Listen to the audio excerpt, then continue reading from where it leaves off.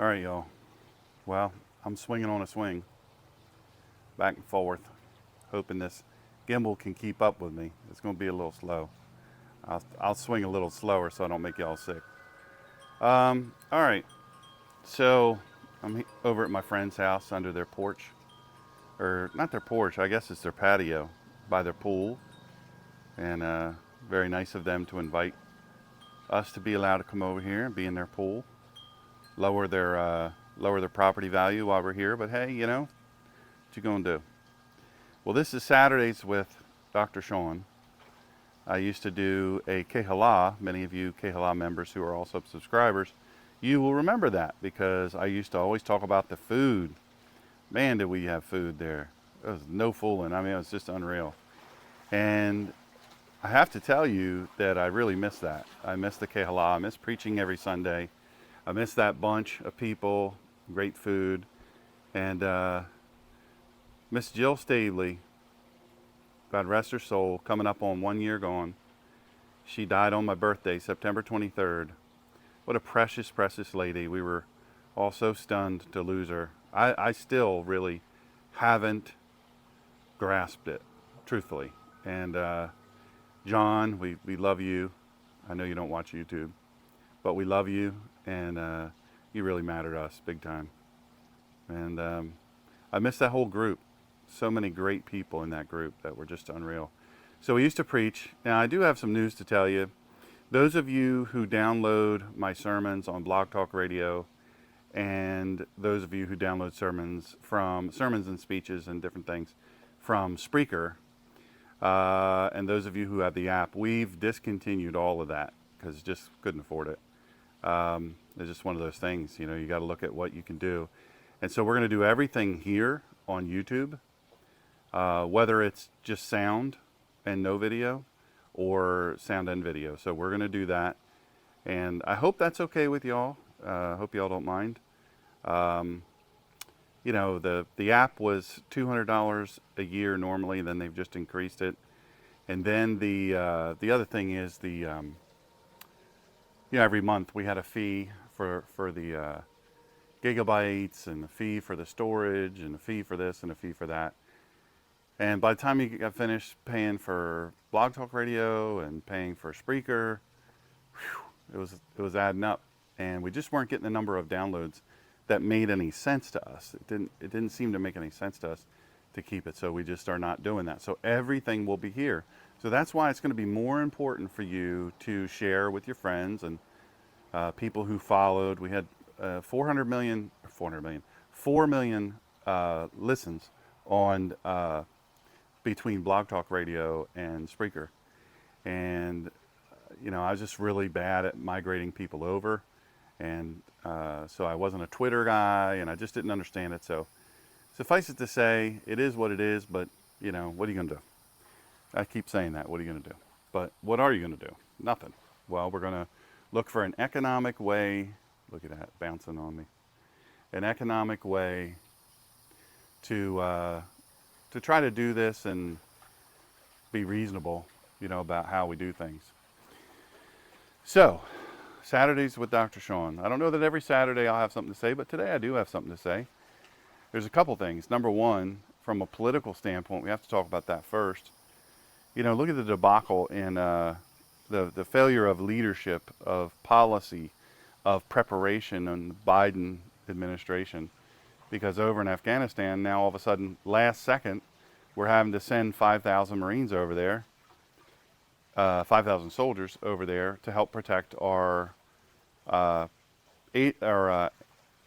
embassy over there and all the personnel that are working on leaving, because this arbitrary, I'm going to leave by such and such a date, and then have no planning for what's going to happen. And Biden actually came out this week. If you follow me on social media, you'll see where I said he literally begged the Taliban, please don't attack our embassy. Well, to Taliban, that's like chum in the water for sharks. They eat that up. They completely disrespect anytime you do anything like that. So he just doesn't understand. He doesn't understand the radical ideology that is the Taliban. So these poor people over there, we went over and we tried to train them, and I was telling a friend the other day that we tried to teach them, how to march, and they couldn't march because they didn't know their left from their right. Literally, they didn't know their left from their right. It just wasn't that culture. They're 1,000 years behind in many respects. So we spent gazillions of dollars training them to protect their own country, and they're not able. The army's not able to stand up against the Taliban, and they turn and they run, or for whatever reason. They're not undermanned, they're not underarmed, it's just, they're inept.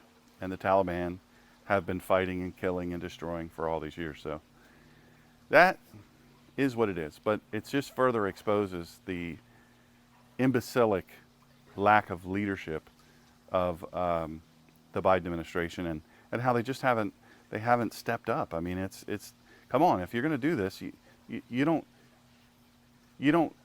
say we're going to leave by this such and such time, but not leave behind a force to get your people out. So it's just political posturing. It's just insane. It drives me insane. Short trip, I know. So we have that happening where the President of the United States knows so little about human nature, knows so little about Taliban nature, that he would beg them, please don't attack our embassy. Oh, well, you said please? If you say pretty please, we'll definitely do it.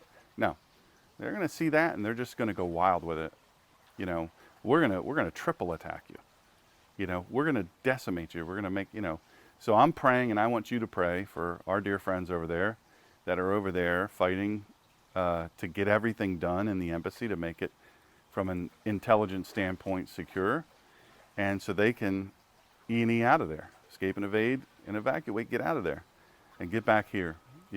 Those people over there are going to have to stand on their own. I'm sorry to tell you, we've done enough, we've given enough, we're just not doing more. Now, next thing I want to talk about is, I want to talk about COVID, and I might get struck with this, but COVID, I'm not going to debate you whether COVID is real, because it's obviously real. I'm not going to debate you whether the different variants are real.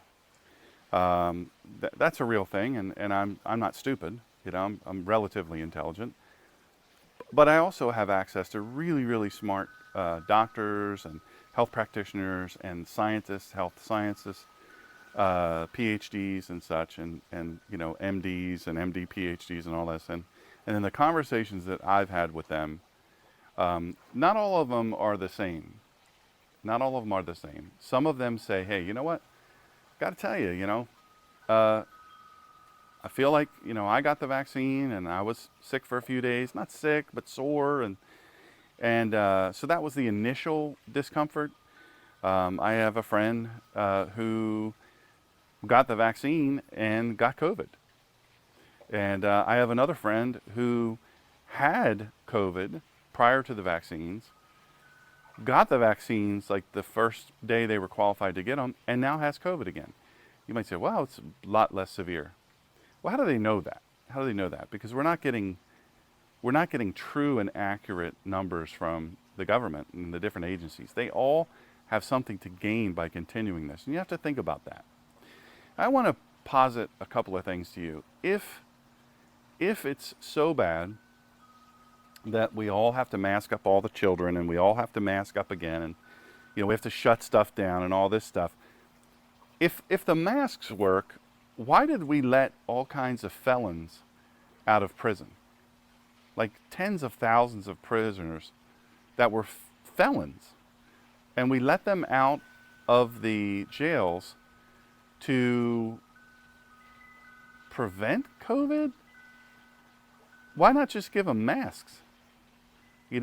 Doesn't that seem kind of reasonable? I'm not trying to be, Jimmy Genius over here, but doesn't it seem reasonable that they would just give them masks? Doesn't that seem smarter? And while we're talking about what would seem smarter to do, they want to restrict us and crush us. The government wants to crush us again. and impoverish this nation and destroy us, well, you know, especially when it comes to getting around 2022 and the 22 elections, the midterms, they call them, you're going to see all this crazy business happen again. So what are they doing? They're using the things that they have power over, which is the medical, the medical community. They have power over that. So they're going to say, hey, you have to do this. Everybody has to get a vaccine. From the doctors and the executive administrators all the way down. And then they get through the doctors first and say, now they'll listen to you because you're doctors and you know better. So, and so now they're forcing nurses and different staff to get a shot that nobody really can tell them what's in it. You say, well, they don't really tell you what's in the flu vaccine either. But I don't think that's a good defense, to be very honest with you. I just don't think it's a good defense. I have an issue with it. So now they're telling all them they have to, if you want to keep your job, you're going to have to get the jab. So there's a lot of people all over this country that think, oh my gosh, I can't do without my job. I've got a mortgage. I've got rent to pay. I've got kids in school. I've got this. I've got that. I've got school debt, especially doctors and nurses. They probably carry a lot of school debt,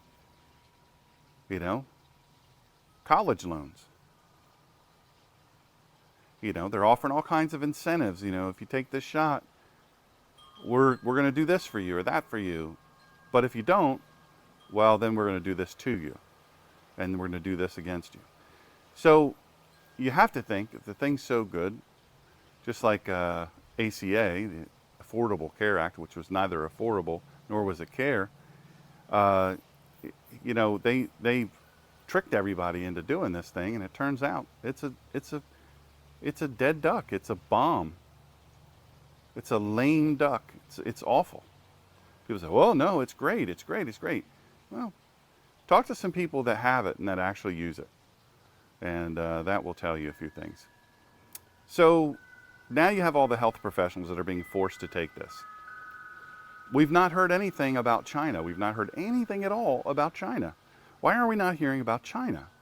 Well, Joe Biden, Hunter Biden, and brother Biden are all tied up in China. A lot of their wealth is tied up in China and Russia and dirty deals in Ukraine. So he has his hands completely dirty. We have evidence, indisputable evidence, in the laptop of Hunter Biden, which completely upends not only the testimony of Hunter Biden, but also Joe Biden, the President of the United States of America, and also his brother. So all these things clearly prove that it was a lie. And they're good at lying. They lie a lot, and they have the press that'll back them up. So nobody's saying anything about China. Nobody's, it just seems like it's, let bygones be bygones. No, let's not let bygones be bygones. But the crazy thing about this is, well, Hunter Biden suddenly is an artist. You notice that? One of the biggest ways that people launder money is through art. Art. It's one of the biggest ways they do it, and that's what they're doing now. Everybody knows it. Everybody's turning a blind eye to it, but it's art. Art is how they're doing it. And they're getting away with it because the press doesn't seem to care.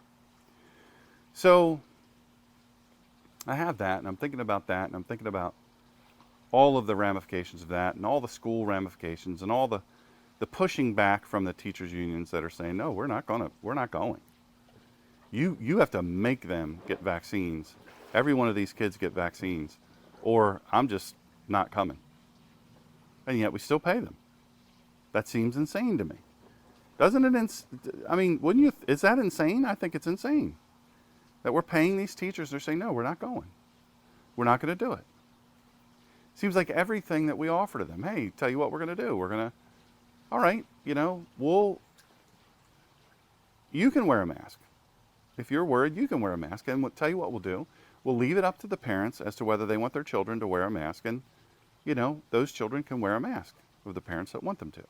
Teachers, we're going to leave it up to you. If you want to wear a mask, tell you what, wear a mask. If you don't want to, then you don't need to.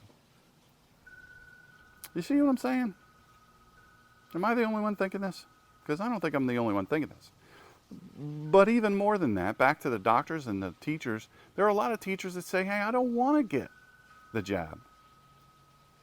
For whatever reason. They don't have to give a reason. It's a personal health, HIPAA.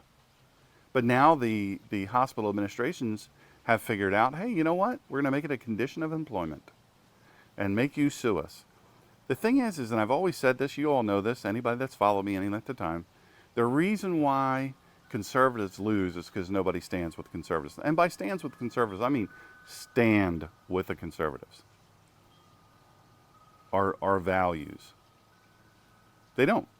They're going to work. They're busy going to work. So they don't have a chance to stand with conservatives because they're going to work. And they're afraid of losing their job or losing their standing in their community or facing backlash, because that's what the left does. You know, they attack you.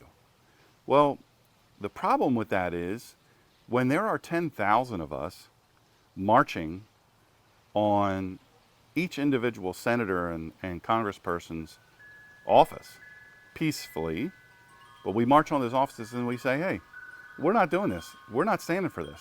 We will impeach you. We will do a recall.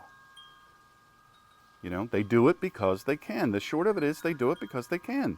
They do it because they can get away with it because we don't stand up. The riots were a distraction. We all know that. The riots weren't about legitimacy or anything like that.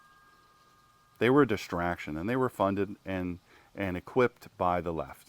And when people would get locked up, the few that did, they get bailed out. Yet the people, even fringe people that weren't even involved in the January 6th situation at the Capitol, which I have a lot to say about that on another time. I'm going to do a video just on that. Those people are still in jail. They're still languishing in jail. The people that burnt federal buildings, they were out that night. If they even got arrested. They don't have any fear of being arrested. This administration right now is so politically corrupt, it's just horrible. So what do we do about it? When we gather in greater numbers, we don't live in fear. We don't recoil every time some blabbermouth know-nothing lefty calls us a racist or calls us a bigot or calls us, stop being moved by that. Just stop being scared by that. You say, well, yeah, I can't lose my job. You know, if I get canceled, I lose my job. Well, but if there's 10,000 people or 100,000 people that think like you do, that are standing up and picketing and doing their Twitters and their tweets and their Facebooks and all these different things and copying all these senators, and that's the thing. You can't keep telling each other. You can't keep lamenting to each other, oh, this is terrible, oh, that's terrible. No, you got to tell them, but in a number that numbers in the thousands and the tens of thousands and the hundreds of thousands. And there are millions of us who believe this way. We just don't gather. And that's what's unfortunate. It's really, really unfortunate. So I just want you to think about that this week. The final thing is worship. Worship and study of God's Word. Now, you guys know I love Grace Community Topsail, Grace Community Church of Topsail, North Carolina. It's in Hampstead, North Carolina. I love that church. I love our men's group. We meet on Tuesdays at 6 a.m. right there at the church. And I love our preaching, and I love the families, all those things. It's just a wonderful thing. But look, there's something special about going to church. Yeah, it's God ordained. You know, forsake ye not the assembling of the saints. And so what that means in plain English is get together with your friends and stop looking at how divergent your beliefs are, or maybe your hurts, habits, and hang-ups are. We all have hurts, habits, and hang-ups. We need to stop thinking so focused on how we're different and start thinking about how we're together. Unity. Unity is a big thing. We talked about it in our men's group this week. Unity. So think about that. No, it doesn't mean that you're going to compromise your beliefs or soften the gospel. Not at all. We're not going to soften anything. But we're going to be kind and we're going to be loving to people when they come into our church, we're going to be welcoming. And we're going to try to help them to the best we can. That's what Jesus is about. That's not what he was about. That's what he is about. And that's what we're to be about. So I encourage you to think about that this week when you go to church, whether you go on Saturday or Friday or Sunday, whether you do Shabbat or whether you go to church on Sunday or Saturday. It's whichever. But I encourage you to remember why we're supposed to be happy. You say, well, you just spent the last 20 minutes lamenting different things. We're supposed to be happy, but we're not supposed to be stupid. We're not supposed to be naive. We're paying attention. We're learning about what's going on in the reality because it does affect us. And in my first book, I wrote about how the church was supposed to impact society for the kingdom. But we became weak. And now society impacts us. And that's unfortunate. That's unfortunate. We need to stand strong for our beliefs. Stand strong for how we stand on things. We need to be strong about it. That's not unloving. That's being truthful.